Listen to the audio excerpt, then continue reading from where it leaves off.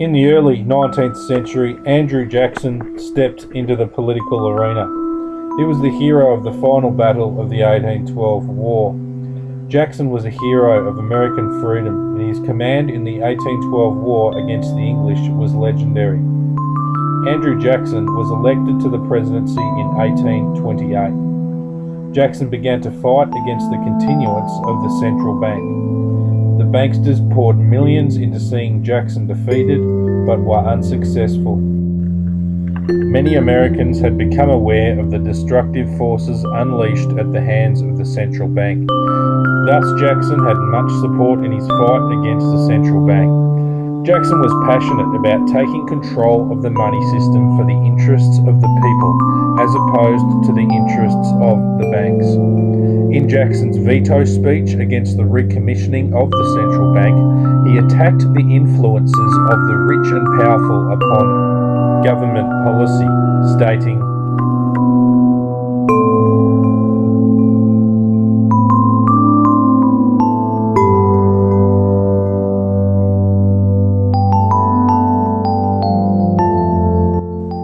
Jackson repeatedly attacked the self-serving political influence of the rich and powerful and stated,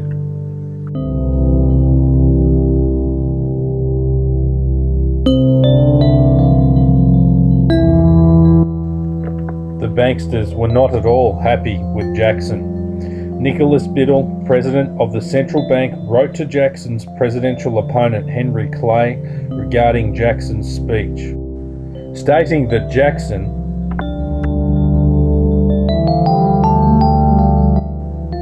biting the bars of his cage. This is a useful and compelling analogy used by Biddle as to the immense power of the banking cartels and their belief that they were unstoppable and untouchable, and that even a president is just a caged animal, a cage to which they hold the key.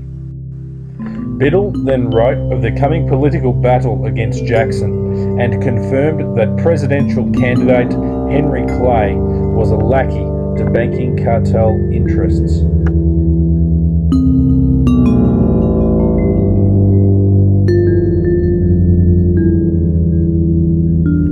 Thus, in 1832, Jackson ran for a second term of office against Clay.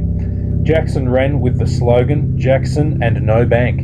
Biddle and his banking friends gave Clay a war chest of $3 million to fight the election, a mammoth amount of money, the equivalent of over $100 million in today's money. In spite of Clay's massive amount of funding, the people were behind Jackson and his slogan, "Jackson and no bank." In addition to the massive amount of money spent by Clay in his presidential campaign, there were also noted manipulations of the media. For example, a congressional investigation revealed a powerful New York newspaper had suddenly begun to denounce Jackson due to pressure from the United States Bank. The bank threatened to call in their $50,000 loan if they did not denounce Jackson in their publication. In spite of all these resources stacked against him, Jackson won. The central bank responded by again contracting the money supply and causing the Panic of 1832. 800 independent banks collapsed. Biddle, still president of the central bank, then stated,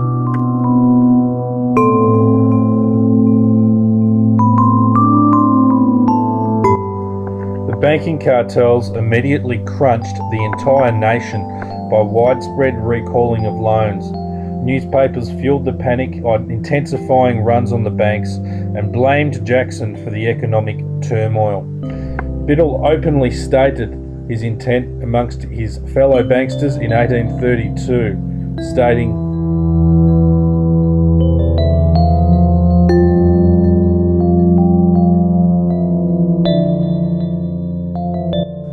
Biddle knew exactly what he was doing. They had done it before. Restricting the currency was guaranteed to make the people and the government desperate for assistance and ensure the banking cartels could remain in control. Biddle and his colleagues, however, were given an unexpected shock when in 1833 President Jackson took swift action to shut the central bank down. Jackson had ramped up the protest against the central bank's enslaving power and was now taking action. Jackson was not content to abide a system that put the people into perpetual debt with every dollar spent and with every passing day. So in October 1833, Jackson started withdrawing government funds from the central bank and didn't replace them. Instead, he had $10 million deposited into selected private banks that were not controlled by the central bankers. The sudden flow of cash caused an immediate expansion of the economy. The people began to enjoy greater prosperity and soon had paid off the entire national debt, the only president to this day who has done so. Jackson addressed the central bankers directly, stating,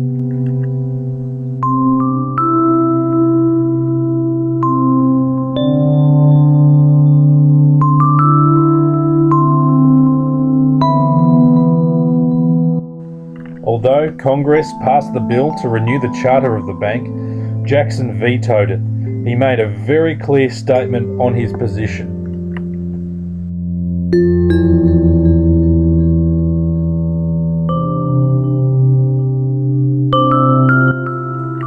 After it had become clear that Jackson was not backing down and that a line had been drawn in the sand, an intriguing scene took place in the Congressional Gallery. As reported by Senator Thomas Hart Benton in a later memoir, he wrote, "Midnight was now approaching. One part of the gallery was filled with henchmen of the bank, sullen and menacing in their looks. Drama became danger and firearms were brought in. The presiding officer gave the order to clear the gallery. And then Senator Benton, reflecting on his own comment, opposed the order, saying, 'I hope the galleries will not be cleared, as many innocent persons will be excluded. Let the ruffians who have made the disturbance alone be punished. Seize the bank ruffians.'" Jackson had also been gathering wood for the fire and began further exposing the activity of the banksters. In a congressional address on 3rd of December 1833, discussing the central bank, he stated,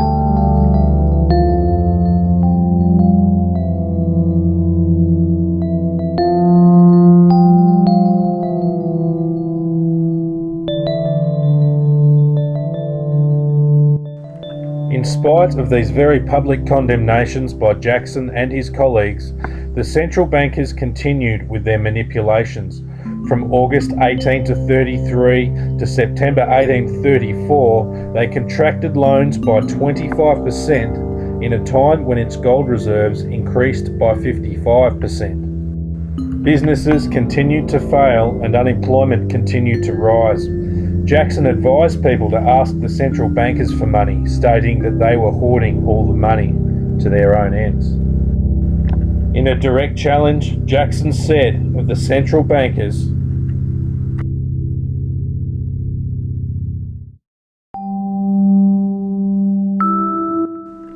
"Then Jackson had a turn of fortune that could be quite simply called miraculous.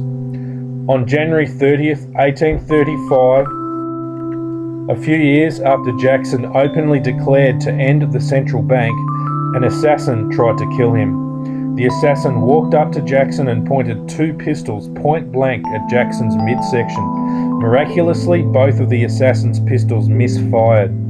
President Jackson later stated that he knew the bank interests were responsible for the attempted assassination and that key to issue was the matter of the central bank. Nevertheless, Jackson maintained his position that the control and enslavement of Americans through the manipulations of the central bank was intolerable. Finally, in 1836, after years of battling against the central bank, Jackson finally succeeded in throwing the bank out of America.